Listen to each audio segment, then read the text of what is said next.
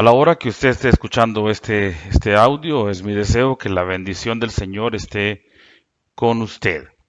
En esta oportunidad tenemos la lección cuyo título es Sean llenos del Espíritu Santo. Una lección muy interesante y alusiva a la celebración de Pentecostés. Espero de corazón que pues la bendición del Señor les acompañe y que podamos sacar fruto de esta enseñanza. La verdad central dice, la Escritura manda a los cristianos a ser llenos del Espíritu Santo. El versículo clave, sed llenos del Espíritu, hablando entre vosotros con salmos, con himnos y cánticos espirituales, cantando y alabando al Señor en vuestros corazones. Efesios 5, 18 y 19.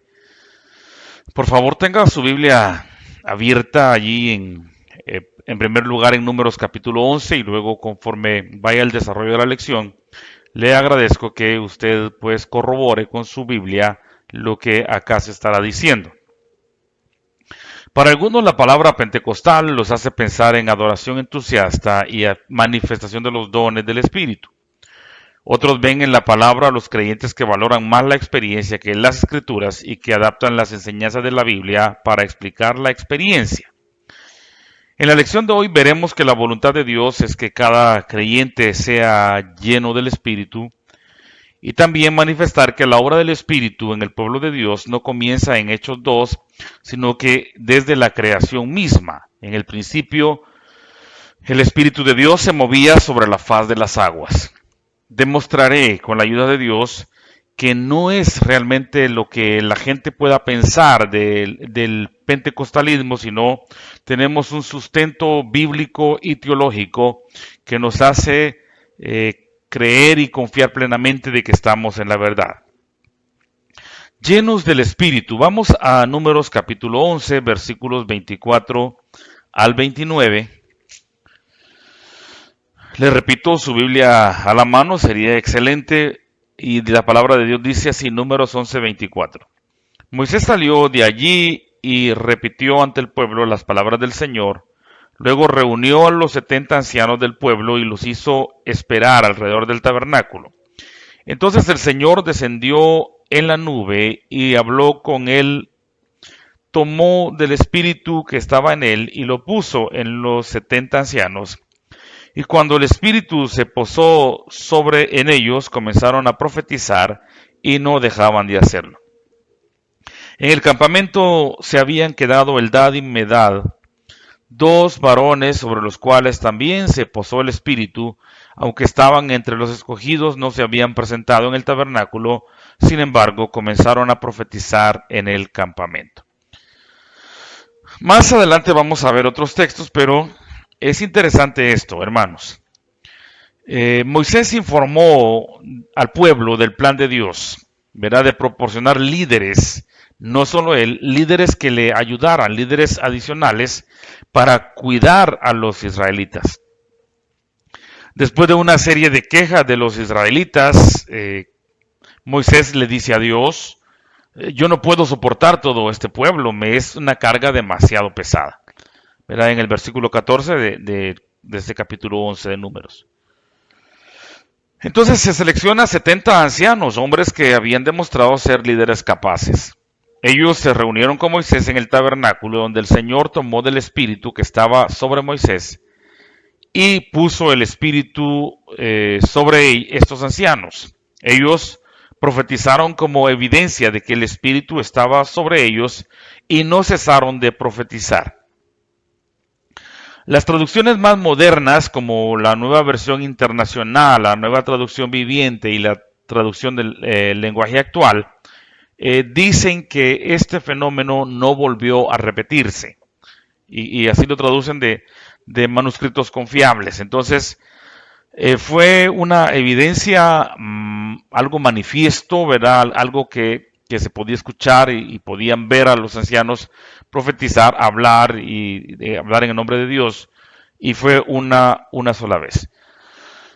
Pero dos de los seleccionados para servir como ancianos no estaban en el tabernáculo a la hora señalada. Sin embargo, el Espíritu vino sobre ellos, como ya leímos el texto, y profetizaron. la noticia llegó rápidamente a Moisés y Josué le aconsejó a Moisés que les prohibiera hablar, les prohibiera profetizar.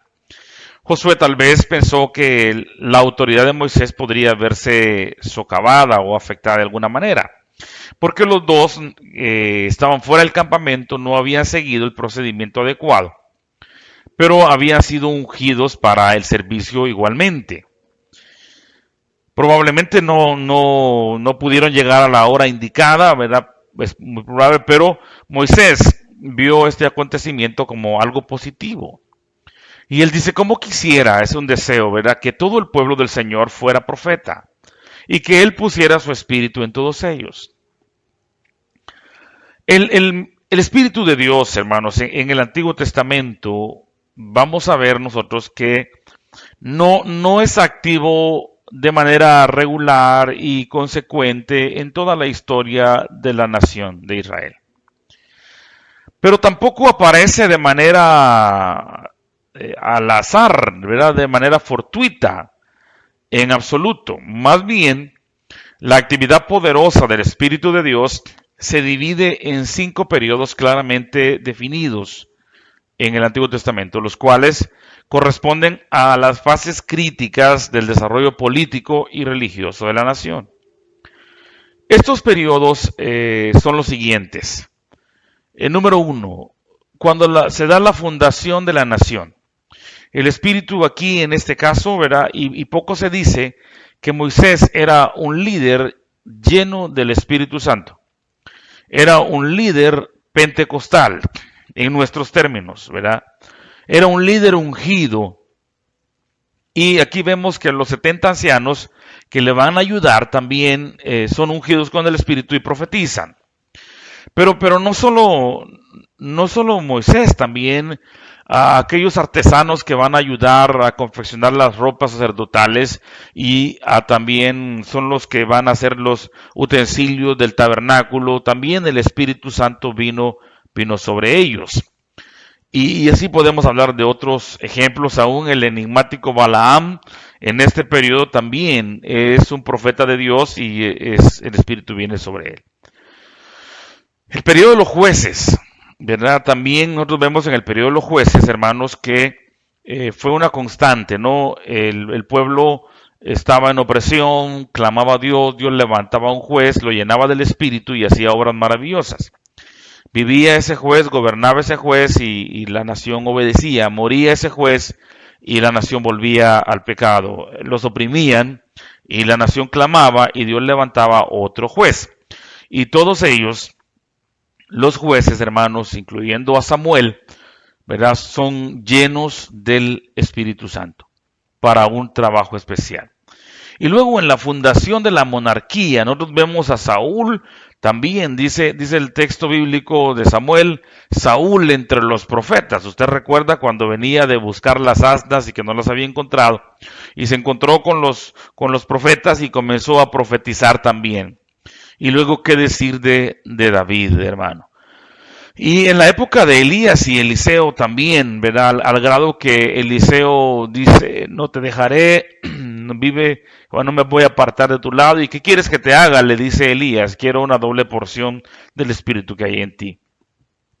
Y luego, en el periodo del exilio y restauración, hay también Ezequiel, hermano, un profeta lleno del Espíritu Santo, y cuando regresan también, ahí está Josué el sumo sacerdote, está Zacarías, o sea, el Espíritu de Dios moviéndose otra vez, ¿verdad?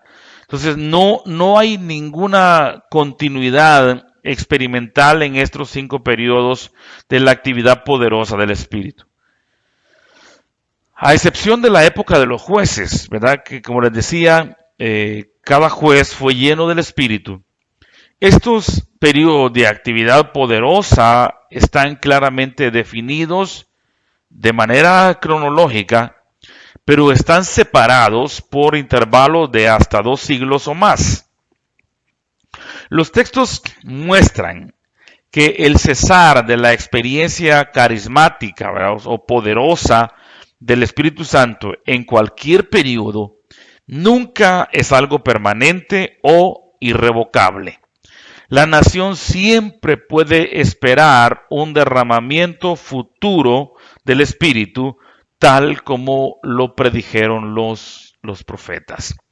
Entonces, este es un detalle muy, muy interesante, que el Espíritu Santo, ¿verdad?, se manifestó de una manera poderosa, ungió a los profetas, a los sacerdotes, ungió a líderes destacados, y luego hubo periodos en que no hubo una actividad de esta manera, pero volvió tiempo después y repito, de acuerdo a las 5 etapas de formación de la nación, etapas que fueron críticas, ¿verdad? En el nivel político y en el nivel religioso, el Espíritu Santo vino de esta manera. Luego vamos a Hechos capítulo 2, que hay un cumplimiento maravilloso de la profecía, ¿verdad? De hecho, Pedro, cuando toma la palabra ese día, ¿verdad?, y refuta a la gente que está diciendo que estos están borrachos, Pedro les dice, no, ellos no están borrachos. Esto es lo que profetizó Joel. Esto es lo que estaba escrito. Entonces, lo que fue anunciado en el Antiguo Testamento, incluso ese deseo que Moisés expresa, ojalá que todo el pueblo de Dios sea profeta, ese deseo se comienza a cumplir en Hechos capítulo número 2. Usted conocerá el texto seguramente de todos los detalles particulares de la experiencia. Tal como Jesús instruyó a los discípulos para que no salieran de Jerusalén, sino que esperaran allí el bautismo en el Espíritu Santo. Hechos capítulo 1, versículos 4 y 5. Mientras estaban juntos, les mandó que no se fueran de Jerusalén, sino que les dijo, esperad la promesa del Padre, la cual ustedes oyeron de mí. Como saben, Juan bautizó con agua, pero dentro de algunos días ustedes serán bautizados con el Espíritu Santo. Y luego vamos al versículo número 8. Recibiréis poder cuando venga sobre ustedes el Espíritu Santo, y serán mis testigos en Jerusalén, en Judea, en Samaria y hasta lo último de la tierra. Entonces ellos están en Jerusalén, y allí dice que cuando llegó el día de Pentecostés, todos ellos estaban juntos y en el mismo lugar. De repente un estruendo como de un fuerte viento vino del cielo y sopló y llenó toda la casa donde se encontraban. Entonces aparecieron unas lenguas como de fuego que se repartieron y fueron a posarse sobre cada uno de ellos. Todos ellos fueron llenos del Espíritu Santo y comenzaron a hablar en otras lenguas según el Espíritu los llevaba a expresarse o les daba que hablasen. Entonces los discípulos estaban reunidos allí porque era una de las 3 fiestas anuales en las que el pueblo judío se reunía en Jerusalén. Y aquí lo que se da es una transferencia del poder del Espíritu Santo, ¿verdad? Es el Espíritu el Espíritu Santo que es dado por Jesús a los discípulos. Los discípulos se convirtieron en los herederos y sucesores al ministerio poderoso terrenal de Jesús.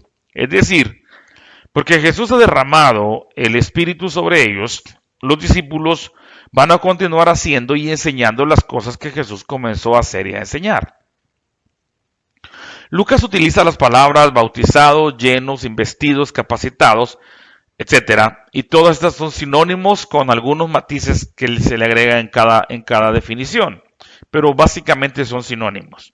Entonces, cuando los discípulos se reunieron, hubo 3 manifestaciones de la presencia del Espíritu Santo. Primero se escuchó un sonido como de un viento recio.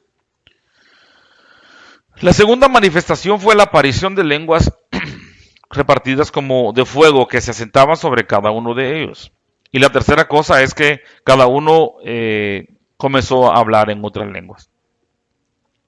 En otros relatos en el libro de los Hechos, en que los creyentes fueron llenos del Espíritu Santo, no se menciona el viento o el fuego, pero sí se dice que hablaron en otras lenguas. Siempre la evidencia de la llenura del Espíritu Santo fue algo observable.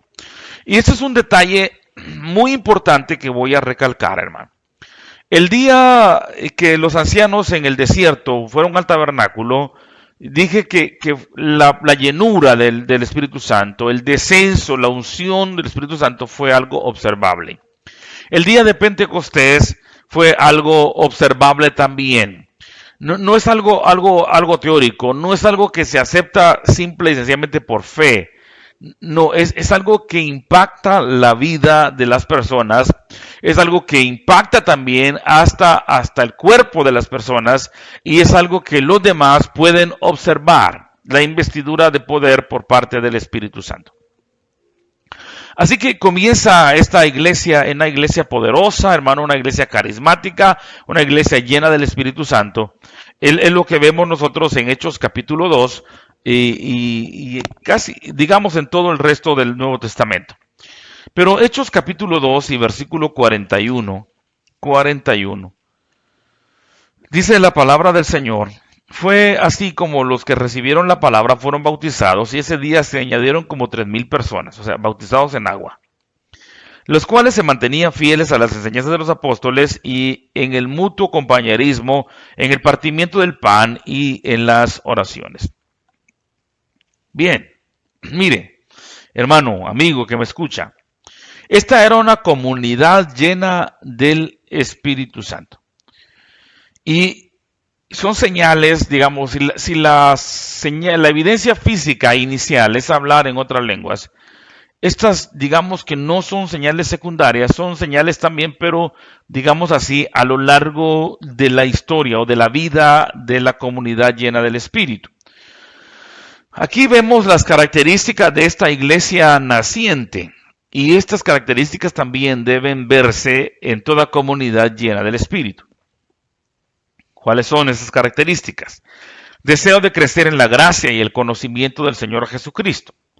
Estos creyentes se dedicaron a recibir instrucción de los apóstoles y a tener comunión con otros creyentes, lo que incluyó compartir los alimentos y orar juntos. Primer detalle. Una comunidad llena del Espíritu fomenta el conocimiento y crece en la gracia del Señor Jesucristo. Un creyente lleno del Espíritu ama la palabra y ama ser enseñado también. Gloria al Señor. Y también colabora, contribuye para fomentar la comunión y la unión con otros creyentes y comparte con otros y ora con otros. Una segunda característica de una comunidad llena del Espíritu es el poder del Espíritu reflejado en la vida de los creyentes. Esta demostración de poder es una confirmación de la verdad del Evangelio. Versículo número 43 del capítulo 2 dice, al ver las muchas maravillas y señales que los apóstoles hacían, todos se llenaban de temor. Así que la segunda evidencia de una comunidad llena del Espíritu es la manifestación del poder de Dios. Tercera cosa, el amor y la compasión caracterizan también a esta comunidad. Los creyentes eran generosos, algunos vendieron posesiones para compartir. Una comunidad llena del Espíritu también refleja gozo, alegría. Sentían gozo cuando se reunían para adorar. En realidad era una comunidad, no solo muchas personas que se reunían semanalmente para cumplir sus obligaciones religiosas. Entonces, ese es otro detalle, hermano. Era una comunidad que se regocijaba en alabar al Señor juntos, ¿verdad? No era solo una obligación, no era solo un ritual religioso reunirse cada 8 días, sino era un gozo, era una alegría. Y entonces cuando las características de esa comunidad llena del Espíritu son evidentes, el resultado es que otros serán salvos. Van a ser añadidos a la iglesia los que han de ser salvos. Entonces, cuando el creyente está lleno del Espíritu, hermanos, será evidente en su manera de vivir, ¿verdad? Obviamente, ¿no? Tenemos que notar que donde está el Espíritu de Dios hay libertad, como dice el versículo clave hoy, que sed lleno del Espíritu Santo y hablando entre vosotros de esa manera, con himnos, con cánticos espirituales, cantando y alabando al Señor. Donde está el Espíritu de Dios hay canto. Donde está el Espíritu de Dios hay alabanza. Y la iglesia primitiva se caracterizaba precisamente por eso. De igual manera, siempre que hay un avivamiento entre el pueblo del Señor, nace un nuevo himnario, nace un nuevo cancionero, hay inspiración, hay cánticos espirituales para alabar al Señor. Pero no nos vamos a quedar ahí, también tenemos que manifestar un carácter lleno del Espíritu. Gálatas capítulo 5 nos habla del fruto del Espíritu, que es amor, gozo, paz, paciencia, benignidad, bondad, fe, mansedumbre y templanza. El objetivo primario de la llenura del Espíritu Santo es, hermanos, parecernos cada vez más a Jesucristo. Es ser testigos. El Espíritu Santo produce fruto en el creyente para que refleje el carácter de Jesús y seremos testigos convincentes, testigos creíbles, verdaderos del poder del Señor. El Espíritu Santo nunca deja de producir algún fruto en la vida del creyente, pero el Señor quiere que llevemos mucho fruto. Así como una persona no redimida que solo posee su naturaleza caída y pecaminosa, manifiesta de manera inevitable esa naturaleza a través de las obras de la carne, un creyente en Jesucristo, el cual posee una naturaleza nueva, una naturaleza redimida, manifestará esa nueva vida de manera inevitable en el fruto del Espíritu. Pero además, hermanos, hay unidad y hay servicio. En una comunidad llena del Espíritu Santo hay unidad y hay servicio. La iglesia estaba pasando por un tiempo de persecución, un tiempo difícil. Las autoridades judías habían ordenado a Pedro y a Juan que no hablaran más en el nombre de Jesucristo. Los apóstoles informaron a los hermanos de lo que estaba sucediendo y oraron a Dios por valentía para proclamar el Evangelio y para que Él confirmara la predicación.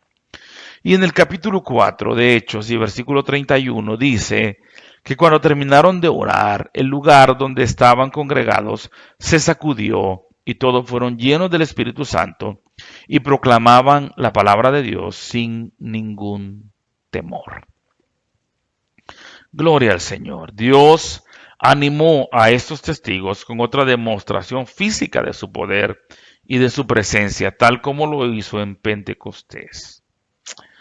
Bendito sea el nombre de nuestro Señor.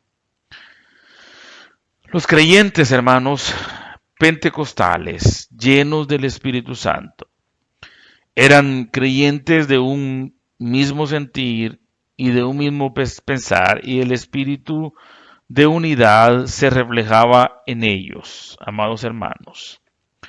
Y la generosidad, pues, estaba a la orden del día. Nadie consideraba suya ninguna de sus posesiones, sino que las compartían. Se sentían y actuaban como una familia, como una gran familia, ¿verdad? Gloria a Dios.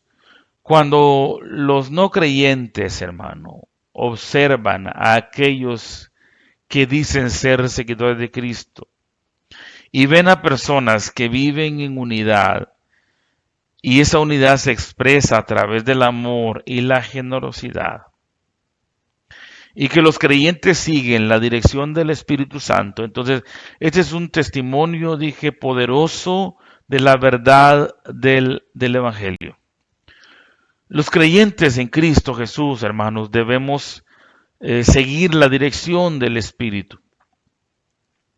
Y debemos considerar la bendición de compartir, de manifestar el amor y el gozo y la comunión con otros hermanos como una bendición enorme. Y pues, sobre todo, ¿verdad? Algo tan sensible como el ofrendar, tomémoslo como una bendición y no como una carga, porque esa es una evidencia de la llenura del Espíritu Santo. El Espíritu Santo está disponible para todos los creyentes. Y si usted no ha recibido esta doble bendición, ¿verdad? Si no ha sido bautizado con el Espíritu Santo, si no ha manifestado la evidencia física inicial de hablar en lenguas, busque recibir este don prometido del Padre. Pídalo a Dios creyendo que Él quiere dárselo. Confíe en el tiempo de Dios y pídale que su obra sea continua en la vida suya, en la vida de la comunidad, en la vida de la iglesia.